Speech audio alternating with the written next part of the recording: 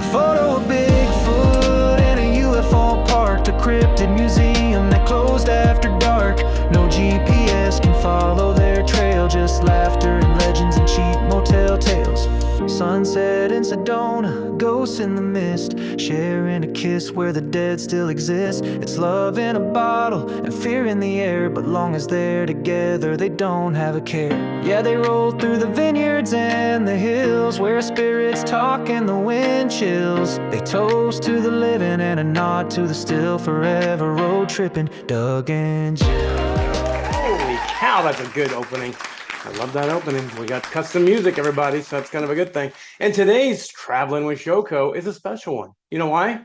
Because Jill's here. Because Jill went with me up to Indiana. Yeah, What am I saying there? it's a nice day. Went up to Indiana with me to help out with the class and stuff, and we did a lot of sightseeing on the way up and the way back and the way we were there. So we got a lot of stuff to talk about. But first, I want to just kind of tell you, you're probably wondering, why do I keep going to Indiana? You're like, what's going on up in Indiana? So we're very fortunate that the 911 board in Indiana State has contracted us to teach this Expecting the Unexpected class 10 times throughout the state of Indiana. So I've been to the north, south, east, west. I'm going up there for a few more times in the next month or so. So that's why we're going up there, because that class is really interesting, because that class covers a wide range of topics, from aliens to sinking vehicles to active shooters to school shootings to all kinds of things.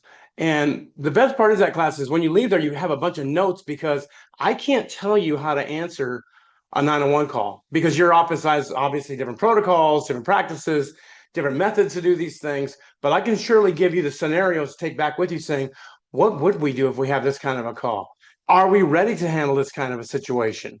When I talk about officers getting hurt or whatever in the field, and you got a citizen coming on the radio, those are all things that you should be thinking about. Even if you don't have training in it, you should be saying, I should probably think about what I would do, what would I say, all those kinds of things out there. So that's what that class is great at, is giving you a lot of sort of take back, saying, what would I do if this happened to me? I never thought about that kind of thing before. Heck, we even cover riots. And what's really funny is the stuff I talk about riots has actually been going on in like LA and New York and all these other places. And I'm like, so I'm talking to you about situational awareness when you're driving to work, are coming home in the evening. Are you looking around to say, am I safe? Is this a safe environment? Can I drive into this stuff? It's all important to have that kind of information. So that class has really got a lot of stuff for it. I just want to kind of give you a little heads up to that. And we've already had almost 200 dispatchers. And by the time we get done with this thing, we'll probably have taught someplace around 3.5, maybe something like that, of dispatchers. So we taught a lot of folks, and we've got a lot of agencies in there that are great. And so far, the classes have been wonderful. So I'm just pretty happy with that whole thing. And the state of Indiana is even better, because they buy lunch for everybody. So every day we have lunch brought in. It's Chick-fil-A, or what's that one we just had? Cracker Barrel we just had. So it's awesome. So thank you, Vicki, Laura, and Laurel, and Jeff over there. So all you guys. So let's see. All right. So when we took off last week to go up to Indiana, which is about 4 hours from here to where I have to go up by Indianapolis, we stopped at a couple of very unusual landmarks, and you'll see the pictures. They'll be here, and they'll also be on my Facebook page out there. We saw the world's largest fork. It's a fork in the road in the middle of nowhere up in Franklin, Kentucky. And it's the weirdest thing, because you drive through all this really beautiful open farmland, and then suddenly you come to this fork in the road, this really large, I think it's 21-foot high, steel dinner fork in the road. And then just a little further down is the world's largest butter knife. I know, it's very odd. So the butter knife is actually 24 feet high. And apparently it says here they were built in 2021. High school welding students built the nearby giant fork in reference to the butter knife.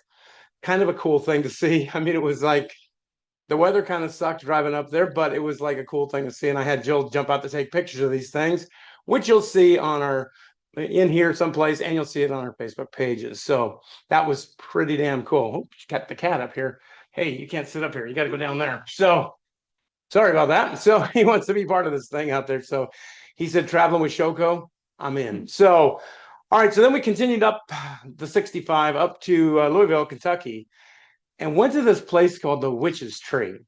If you've never heard of it, it's the craziest thing out there. This tree is very gnarly and just got big like bumps and things in it. So you'll see pictures of that. And it's really crazy because it's like I read some stuff on it says the tree gets covered with trinkets, baubles, and bead necklaces, which were all over the tree at that point. We were walking next to it. It was like crazy. But according to the late lore, in late 19th century, the tree was a gathering spot for a coven of witches. They performed their ceremonies until the city council decided to remove the tree. So then they got mad and put a curse on the city. And the curse had this big storm came in and caused a lot of damage. So they let it go.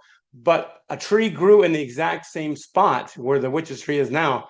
And it's all gnarly and just crazy looking tree. It is a crazy looking tree. Wasn't that the neatest thing you ever seen though? It was kind of crazy. It almost looked like little not like what do you like when you cut off a tree branch, the little pieces that are left? It looked like a bunch of those that were overgrown. It's Yeah, ridiculous. I thought it looked like almost like faces in the dang thing. Yeah, they did say you could Like, see faces. really crazy. So that was very cool.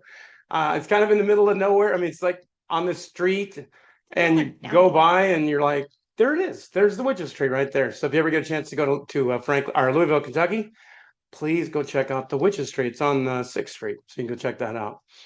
So then we hopped back in the old ride, and we started heading up, and we went to. We didn't even plan this one. Jill thought of this one on our way up on the 65. And how did this come to your forefront? So we were watching Chris Lee Knows Best years ago. Before they went to jail.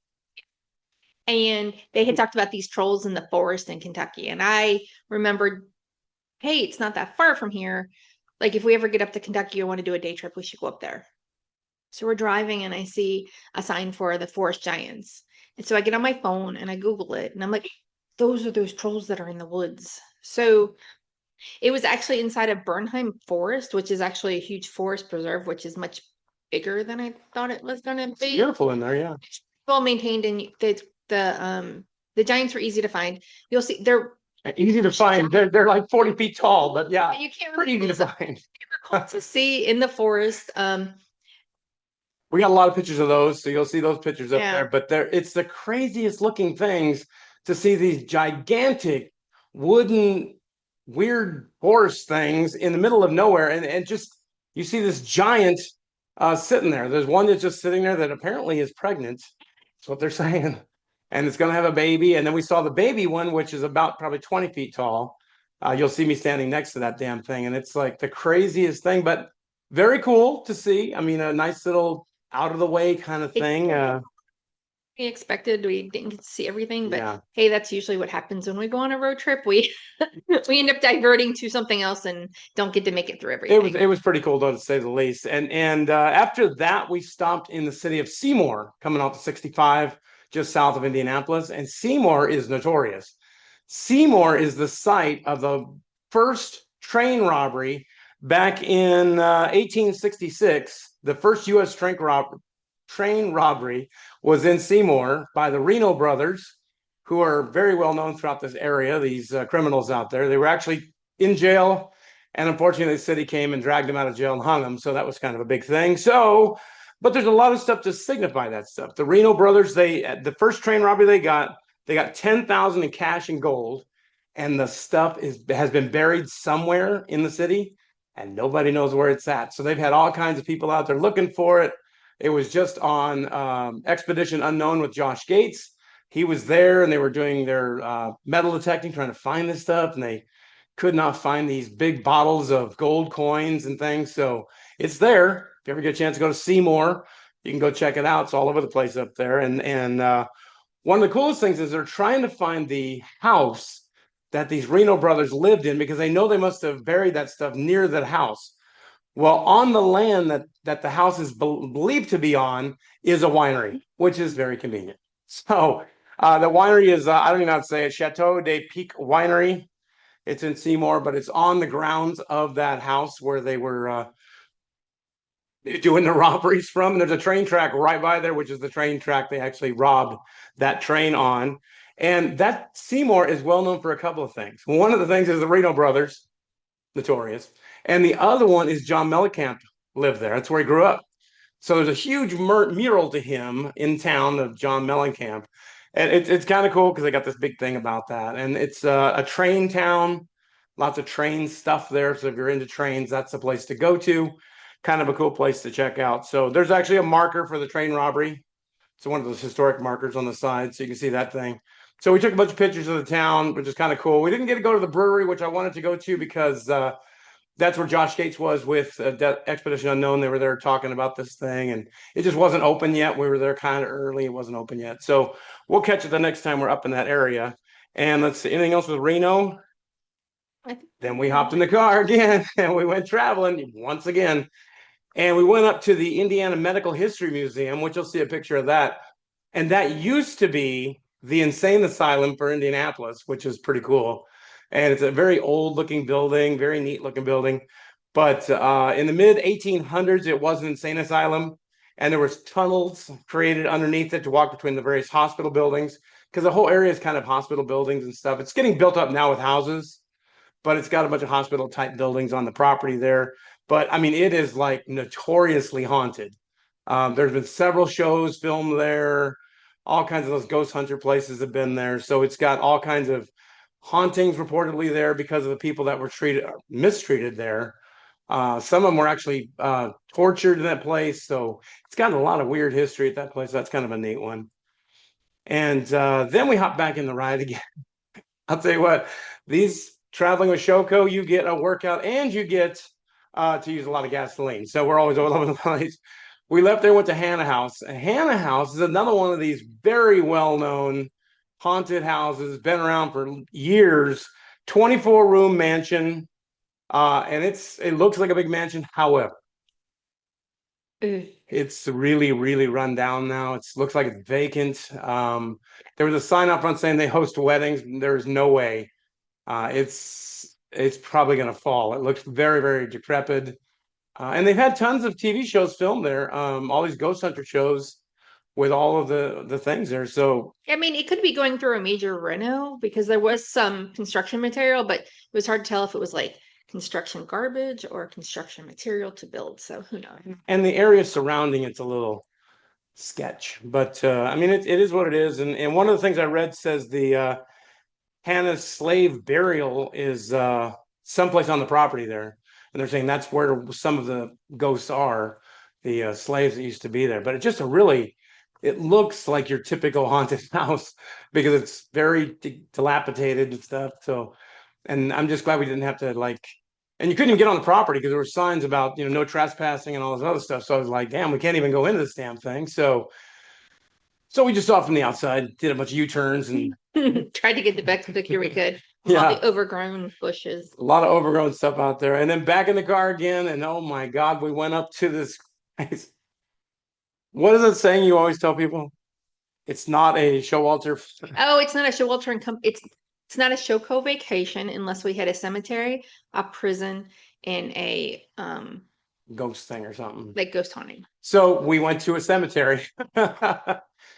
We went to the Crown Hill Cemetery over there in Indianapolis, which huge place.